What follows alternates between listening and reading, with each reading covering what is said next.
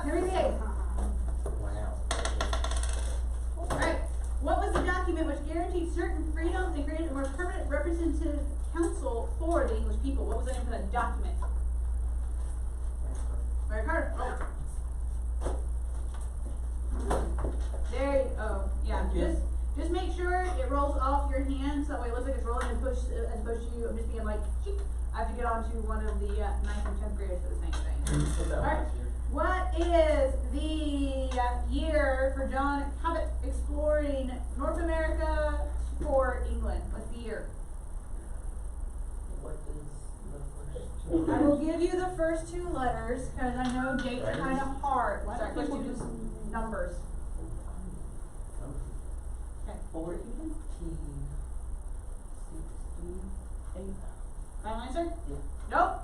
Ethan. I know. Okay, well, What's next, the third number? Yeah. Okay, 14. That's the third number. No one knows. I'll give you what? 1497. Good job. What? What? What? There's 100 years he could have guessed. Yeah, 1497. 100 years. Alright. Make a note of it. If you didn't know, note it. Roll. Come on, Dad. Good night. Alright. Genesis turn. Alright. Who claimed Nova Albion for England? So he claimed that section of Celtic. It's a guy. His last name starts with D. Sir Francis Drake. Good job, Sir Francis Drake. Alright, Stop. oh, name one of the, okay, we should start naming 2, but name one of the 2 major groups that were dissenters to the Anglican Church. One starts with P, one starts with an S. One starts with P, one starts with C. C. Anglican Church. Catholic. Catholic is one. Wow. Good job. Alright, what's another one? What was the question? Make sure you're paying attention instead of erasing specifically over there. Writing on that one. Alright, so who was the other group that was a dissenter to the Anglican Church? So Catholic was one, was the other major group? P. P. It's a type of Protestant.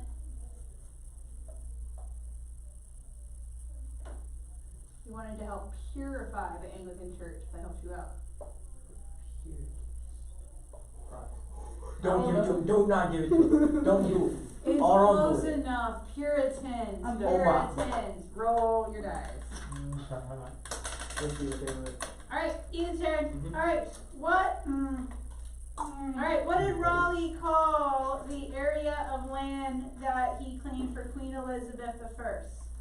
He named- Virginia. Good job. He named it after her as like a nickname. I bet you her name's not Virginia. Yeah, but What? her nickname was the Virgin Queen. That's where it comes from. Alright, who sent over John White to go found a colony? R.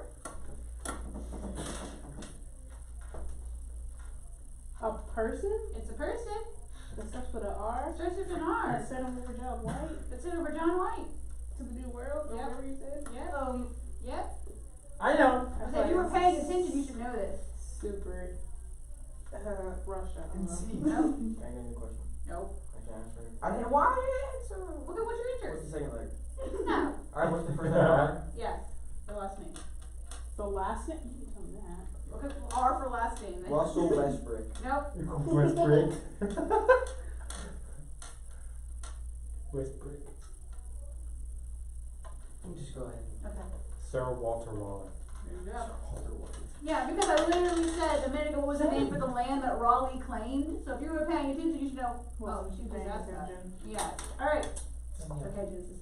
Alright, what is the name for the colony that John White founded? This becomes the lost colony because we're never sure what happened to them. What does it start with? R.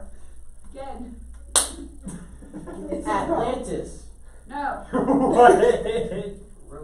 Roanoke. What a guess, what a Roanoke. guess. Roanoke. No, Alright, what was the name for the first English child born in President of the United States? Virginia Dare. Virginia Dare. What? Genesis turn. Alright. Alright, so in the area of Virginia, I'll give you a 50-50 shot. So Okay. be ready and listen, Chris. So that we Say were it's ready super for it. quiet. Alright, which company was supposed to settle in the southern portion? The London Company or the Plymouth Company of Virginia? London. You sure? Yeah. 100%. Yeah. Final answer. Yeah. You are correct. It's Yeah. Christmas. Plymouth is in the north.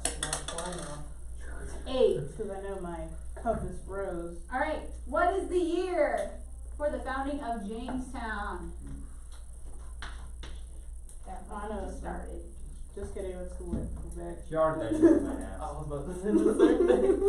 1607. 1607, final answer? Final answer. Can you give me a second, the third number? No, she already told me. You gave it to Brecken? You wait, Maybe not. Jennifer. I was throwing off numbers and I still got it. 1607, final Maybe you answer. should do the same thing. Yes, it is correct. Good job. 1608 is what? Quebec! That's Quebec. So just be careful, they're I very was hoping close. she'd give me that question. 7! Oh, sorry. Ooh. Looks like we're all talking about besties for Quebec. There goes that question. Well, at least you know we're learning. I am proud that you're learning. Alright. Who saved Jamestown from destruction because they're about to starve to death? Me. Yeah. His name is John God did. Smith. Good job. The most generic name. I'm pretty sure they use this for dead bodies they can't identify. Or is that John Doe? I think they kind of rotate between the two. So John Smith. No. Alright. Oh.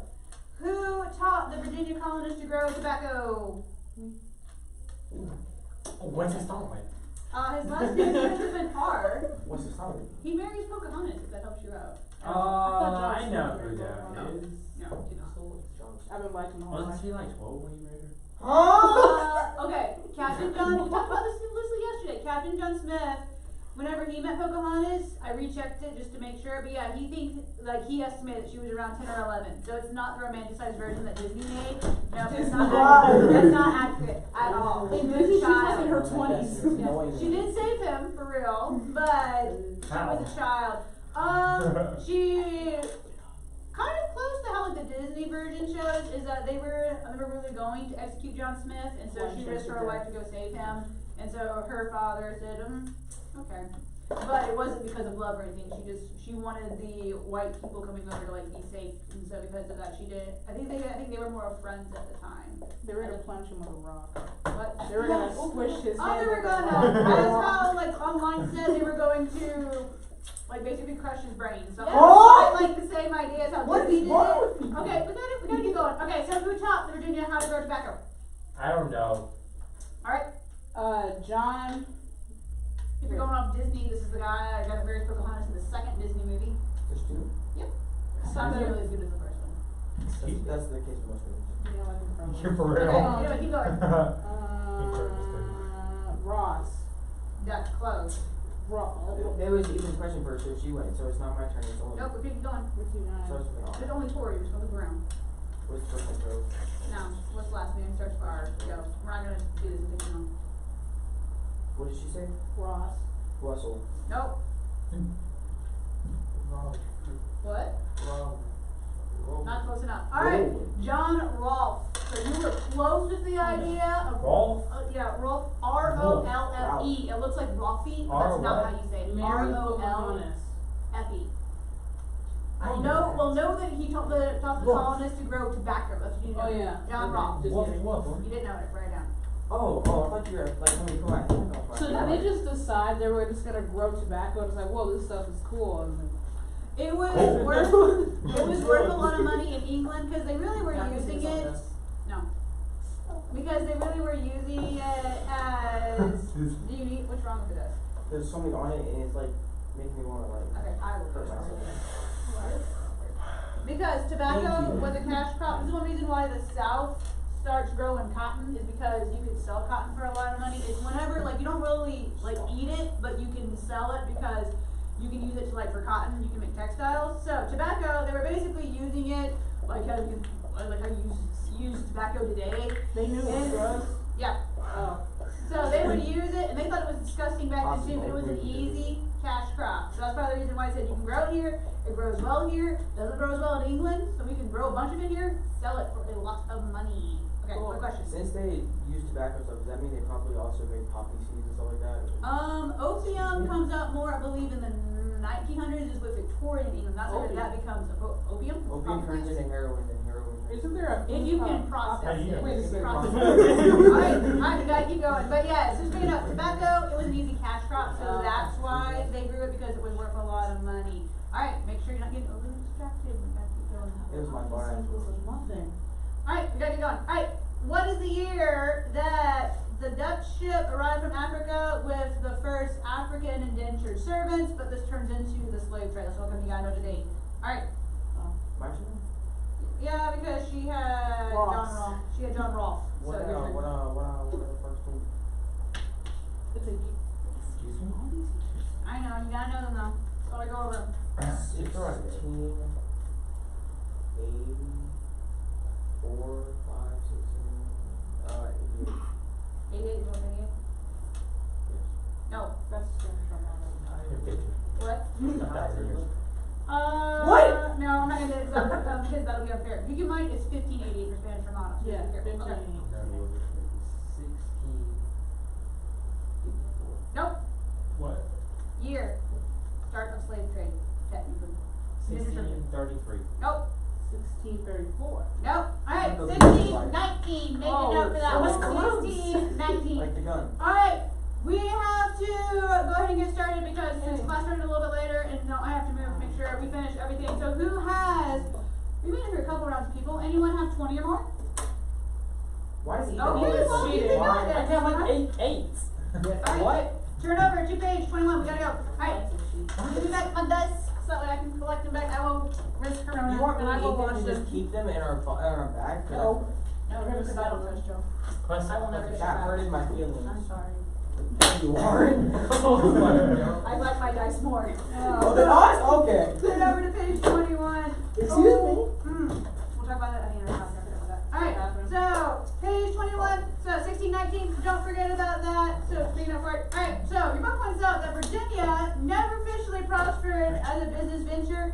So the London Company got reorganized in 1609 and 1612, but by the time that tobacco was turning enough of a profit to make it worth something, their 7 years of owing to the investors had already expired. So the poor investors just lost their money basically at that point. There's nothing else they could do. And so the Virginia colony was supposed to be virtually self-governing. They do become a royal colony though in 1624. That's whenever the king basically said, you are now a royal colony. I have taken over you.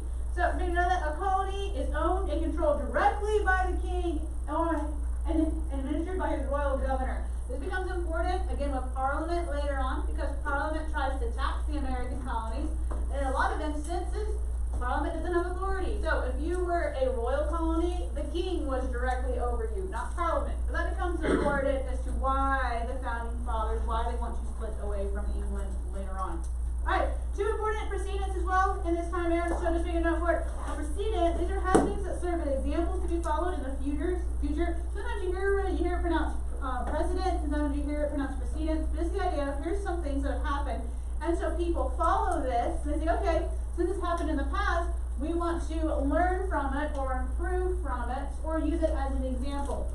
The first one was in 1619. So you have two events that you need to know for 1619. 1619 is the start of the African slave trade in North America, sadly.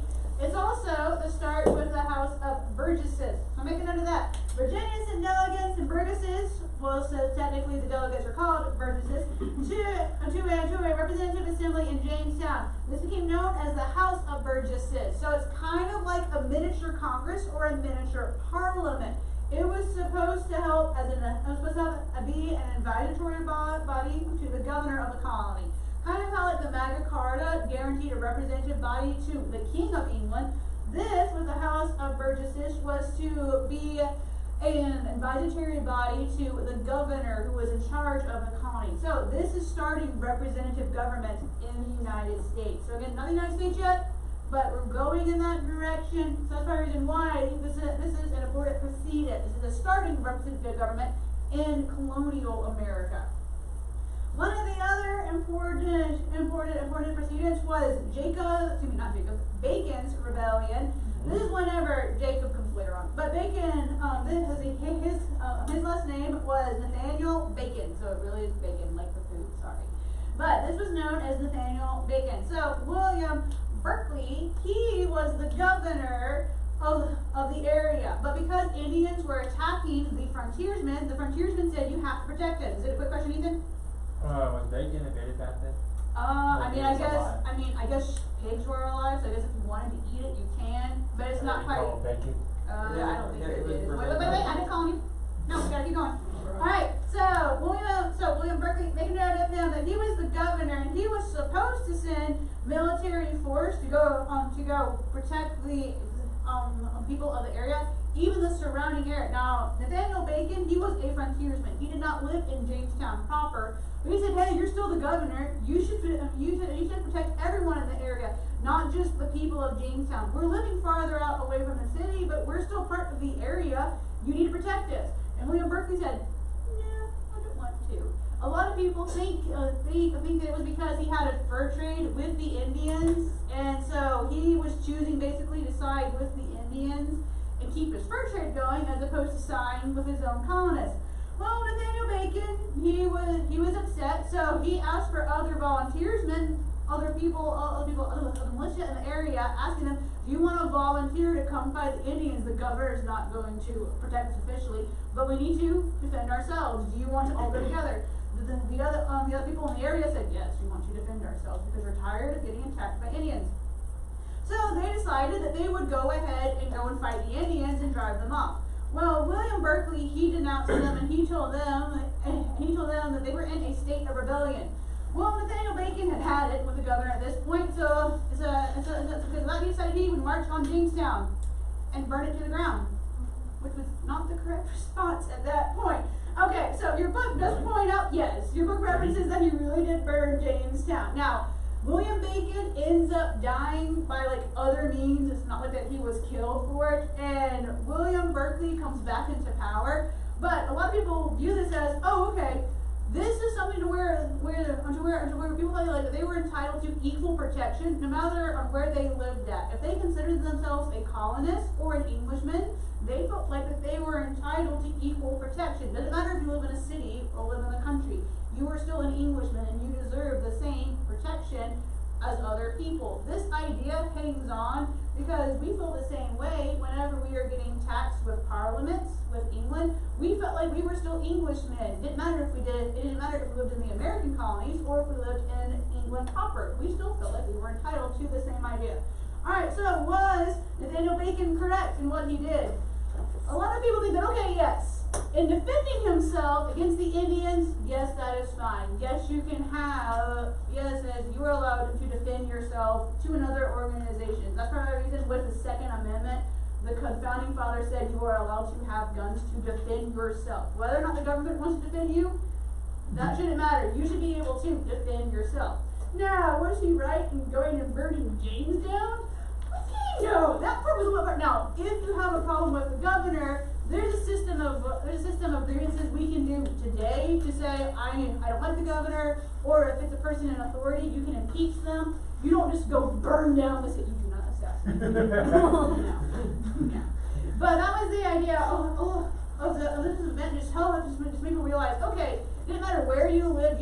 As long as you felt like that you were a citizen and you were living as a citizen. It didn't matter if you lived in the city as a proper citizen or in the country. You were still entitled to equal protection. But Bacon did go a little bit too far in how he responded with his upset grievances at the governor. Alright, anyone have any questions about that before we move on with Bacon's rebellion? Yes?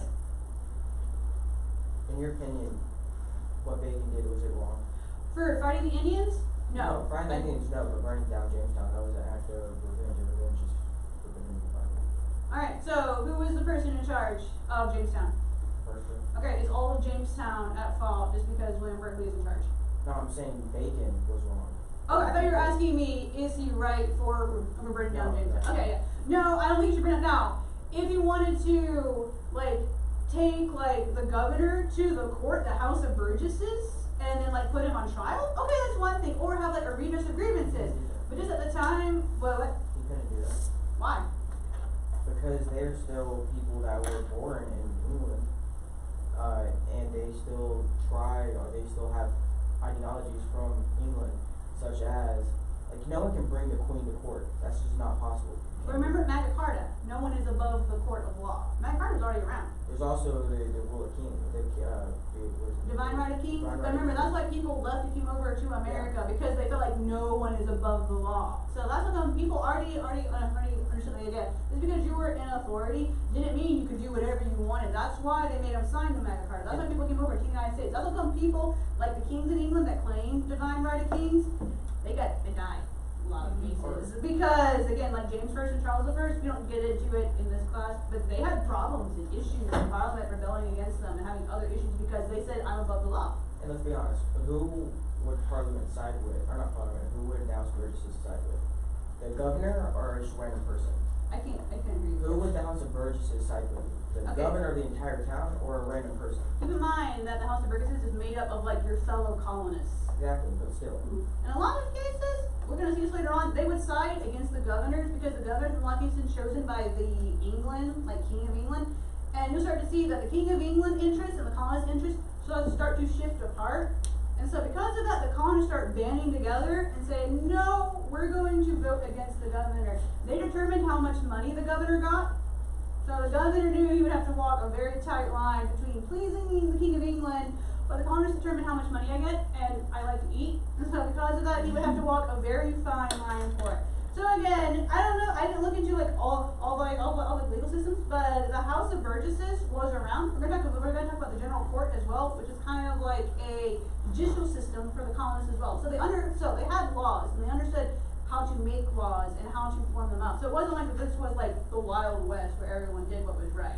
So they had an idea over how it's supposed to be run. So again, I didn't look into it, but I'm sure there was a way to go about it a more peaceful way as opposed to burn down the entire village of Jamestown. It's not everyone's fault in Jamestown that the governor did not send over defenses or just denounce them in rebellion. So that part of it, in my opinion, too far, but today for sure we have other ways of redressing grievances. With our Constitution, we have a way of getting for it. Alright, does that answer all your questions for it? Awesome. Alright, moving on.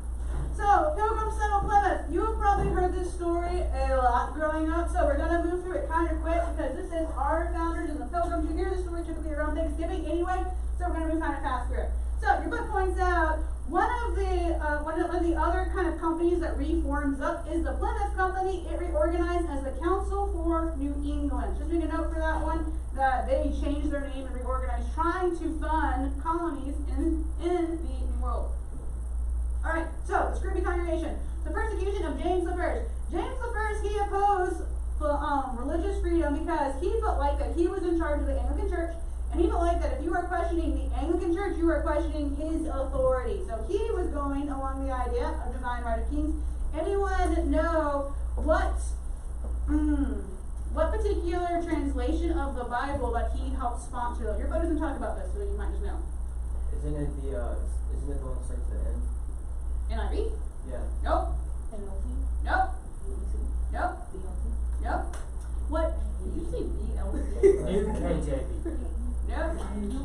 King James Bible. That's where this one You comes should've guessed from. that. Okay, yeah, I know. It didn't. But okay. Now he wanted a better translation of the Bible as close as possible to the English language because people were claiming that he did not have divine right of king. So he felt like that the scripture would back him up. That's how come he wanted to have it as closely translated as possible. That's how come a lot of people still want to use the King James Bible because it is a very good. Now it is a very good translation. Now it is written in a little bit of older speech, so sometimes people they have a hard time with it. That's one of the reasons why I use the King James version here because it is as closely translated as you can possibly get in a lot of instances. It's considered the best translation. Now again, there's other newer ones that are more simplified. This one is considered, if you're thinking about accuracy, that's the reason why he wanted it to be so accurate. Ironically, he was wrong, and people realized that no, you still don't have divine right of kings. We know this from our accurate translation of scripture, but he felt like it would help him. Okay. Nope. Yeah, we got to keep going. Okay. He did. Wasn't at that time, don't we have an exact portion of the book of Isaiah? Do we have a what? The exact version of the book of Isaiah from the Dead Sea Scrolls. They That's have, what I heard from. they did find That's Dead Sea Scrolls and they copied them into English, and yes, it does match up the King James Bible. I think it's word for word. So again, okay, sometimes That's what I you'll was told find by like, Pastor Alon. yeah, some of them will find bad translations where people just at the times didn't copy it down exactly perfect, but we don't have time to get in all the different translations because of the Bible class. So if you have a question about Bible translations, you have to ask Pastor Hunt. I just wanted to point out really quick, but I gotta go. Is it about history or is it about Bible? Because if it's about Bible, you gotta wait. If it's about translations, you gotta wait. You don't have time. Translation. Okay, quick. Do you think we'll ever find the Ark of the Covenant? Maybe during like. There's a reason I don't think we will, because then that would prove beyond a shadow of a doubt that God is real. And then God doesn't want that, he wants it to be a walking faith. So I doubt we'll ever find it. Well, keep in mind when God like reveals himself in nature, like God said that anyone that looks for him can find him. And there have been people who have found like archaeological evidence for like the Bible, like they have gone and found those cities. Even secular historians say that the Bible is accurate history-wise. They don't like biblical side of it, but they say history-wise, with the Israelites and the people, they all say yes, the Bible is true. So there's proof in regards, like there's proof in that regard for it, but just people are gonna they want to believe that's just part of it. Okay, Genesis, is it a quick question about history? Is that his leg next to him? To go on. I don't remember. This is weird. Alright, so persecution was extremely strong though for the separatists. Now remember, a separatist is a type of Puritan. Puritan felt like that they should stay and purify the Anglican Church. Separatists, they said no, we should just get out. Well, since they wanted to get out of the Anglican Church, James I saw them as a threat. So his persecution was particularly severe for them. They believed in congregationalism. This is a form of church government which says that everybody believers should be independent and self-governing. This is how come you have a lot of Baptist churches that they have their own standards over what they feel like the type of music, how to use hymnals, whether or not to use hymnals, how they're going to arrange their services. That's how come there's a bunch of different small differences between Baptist churches and then also other denominations as well. That's how come they aren't all connected. Southern Baptists, they're typically more closely interconnected together, so it just depends on what type of denomination that you go for. But congregationalism, that's closer to how you view like an independent Baptist. That's why they're called independent Baptists. Each body of believers decides for their own standards for their church. Now, it doesn't mean like one's right and one's wrong. They're just saying, here's our standards for how we want to do the choir or hymnals or music. Here's what we believe. So congregationalism, they're saying that each church body should be able to set up their church and worship how they want to worship, which is good. Alright, so your book points out in 1606, one such separatist group was organized underneath the leadership of Pastor John Robinson. You make a note of him and mark him as the pastor, so John Robinson. Now, they were in Scrooby, England, not Scooby, England. Sometimes people throw that out there, Scrooby, so be careful for that. Alright, they ended up moving because life's becoming unhealthy in England, so they moved to Leiden. It looks like Leiden, okay, it's Leiden because it's Dutch. So they move over to Leiden, over in Holland, and they want to live there. They decide long term though, they don't want to stay in Leiden because of 3 reasons. Your book gives them on the top of page 22. First of all, they didn't want their children to be exposed into the worldliness of Dutch society. That might be part of the reason why your parents put you in a Christian school as opposed to a public school. They might not want you to be exposed to everything in the public school. So again, same mindset is the parents in this time period. They said that they don't know if they want all their kids to be exposed to everything in the public school. And then the same idea, the second one, they were concerned that their children could not get a proper education. Same idea is why your parents put you in a Christian school. They want you to get a good education, and because of that, for whatever reason, they don't want to put you in public school. So again, same mindset as back here, and same mindset as today as it was back then. And then lastly, they were proud of their English heritage. They didn't want their kids to start thinking as a Dutch person. They wanted the kids to understand, no, we are English people living in Holland. We want you to have our culture and our way of life. We don't want you to start adapting and become Dutch people living here. So they wanted them to remain and keep to their heritage. Yes, Genesis? Holland, like in England or in... You mean like the country? Yeah, Holland is close. Like, if you look at a map, England and Holland are fairly close together, so they moved over to Holland. Well, I mean, the name today is the Netherlands, but they moved over to Holland, so the Dutch city, Leiden in Holland. Yeah, so they didn't want them to grow up as like a Dutch person. They wanted them to understand, no, you are English people. We just happen to live in Holland. Is it a quick question? Did they not like the Dutch? No, they got along with them, but they just want like kind of how like you know how How Baptists don't want races intertwined. No, that's not the truth. Okay, now some older people, you occasionally still hear that, but there's a lot of Baptists that don't mind the races intermixing. Though that's more of a like individual person by person.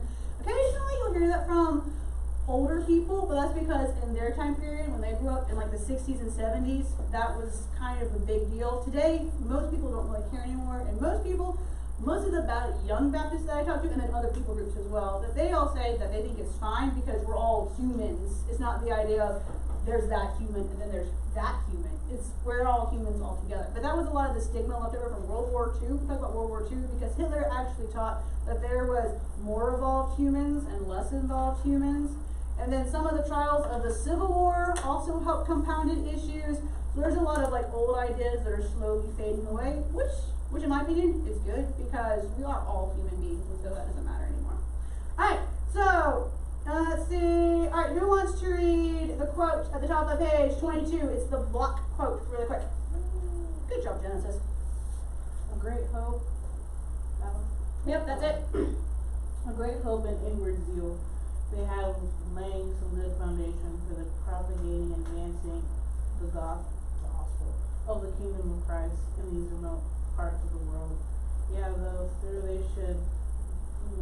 should be but even as stepping stones unto others for fulfilling of so great a work. So your book gives out those 3 reasons at the top of the page, but they wanted to go and share the gospel and to hopefully have an area to where they could spread it more fully away from it.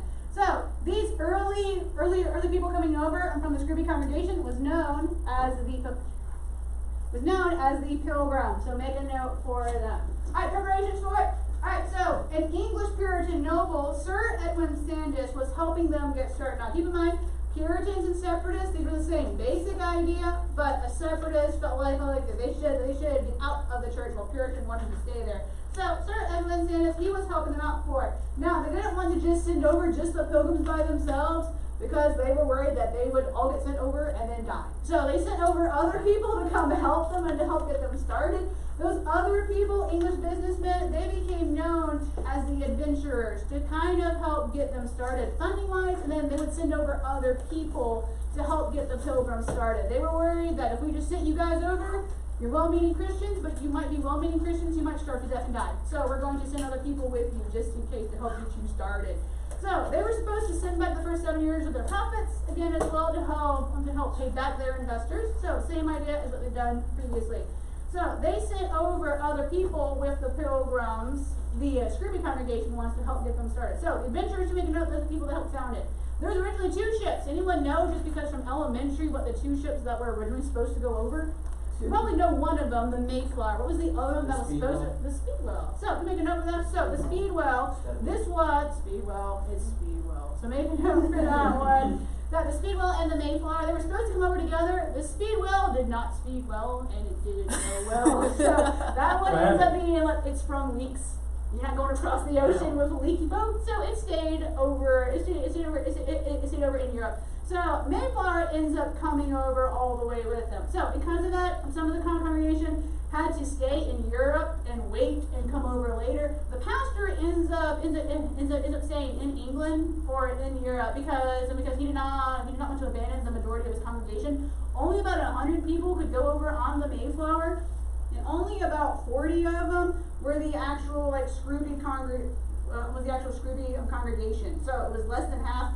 He said, okay, since only about 40 of you are going, I'm going to stay here because this is where most of my congregation is, and I'm going to keep preaching to them. You guys stay faithful, get started, we'll come join you as soon as we can. So that first 100 group of Pilgrims on the Mayflower, only about 40 were the actual Scrooby congregation. The rest of them were strangers, or they were not part of the Scrooby congregation. Yes? Like my 7th grade grandfather, whatever was the code happened in the Mayflower. Cool. It was being refurnished. I have a picture of it in a minute. It's being refurbished and fixed. That way, so they're trying to keep it historically up to date. You okay, Genesis? Oh, what? Alright, Genesis. You sure about that, Chris? Alright, so let's keep going. Alright, so Speedwell, make a note for it. So make a note for that one. This one was supposed to go. This is a picture of the Mayflower that it's being refurbished. So this one. Now wait. Okay, this is obviously not the Pilgrims on it, but they were refixing it in 2018, they were doing about a 3-year restoration, now trying to like fix the wood and stuff, because obviously, because it's made of wood, I thought they had deteriorated years ago, but apparently people have understood that they need to hang on to it, so they're fixing it. I don't know how much of it is the original material, or if it's all been rebuilt by this point and repatched up. But that was the thing, as of 2018, they were doing a restoration project on it, trying to keep it at least looking nice and refixing it for it. So, did you have a question, Jesus? How many of those do they find? I didn't go through the whole website, so I'm assuming that somebody said, hey, that's the Mayflower, and they just kept it for years and kept it safe. Alright, so speaking of Mayflower, that's the boat that actually takes them over. The other people besides the Scrooby congregation were known as the Strangers. Now keep in mind, at the time, both groups worked together. It wasn't like the Pilgrims kept themselves separate, as like the Separatists and the Strangers were separate. That they kept both groups work together, and both groups got along. Mainly because the Strangers had great respect for the Bible, so they got along with the Scrooby congregation. And the Scrooby congregation actually had really great toleration for the Strangers. They understood, okay, you don't believe how we believe, but that's okay. We can still work together. So both groups worked together and understood you need to in order to survive in the new world. Because survival, if you want to survive, you all have to work together. Alright, so they eventually made it over here to the Massachusetts Bay Area. They originally landed at Cape Cod, and then they eventually come over and land officially down here and form up the colony. Now, they realized by looking at the maps and probably at the stars as well that they were way off course. They were nowhere near where they were supposed to be.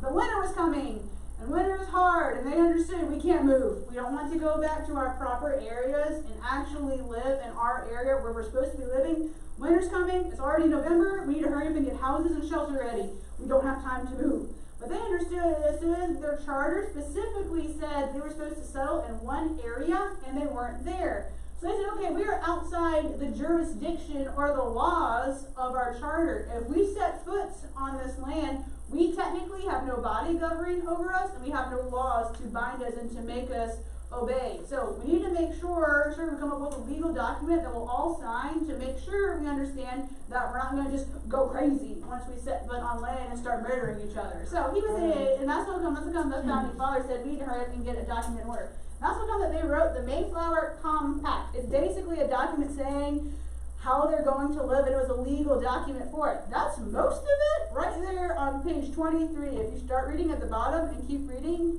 in the block quotes, that's pretty much the entire thing. It's very, very, very short. Alright, who wants to read it?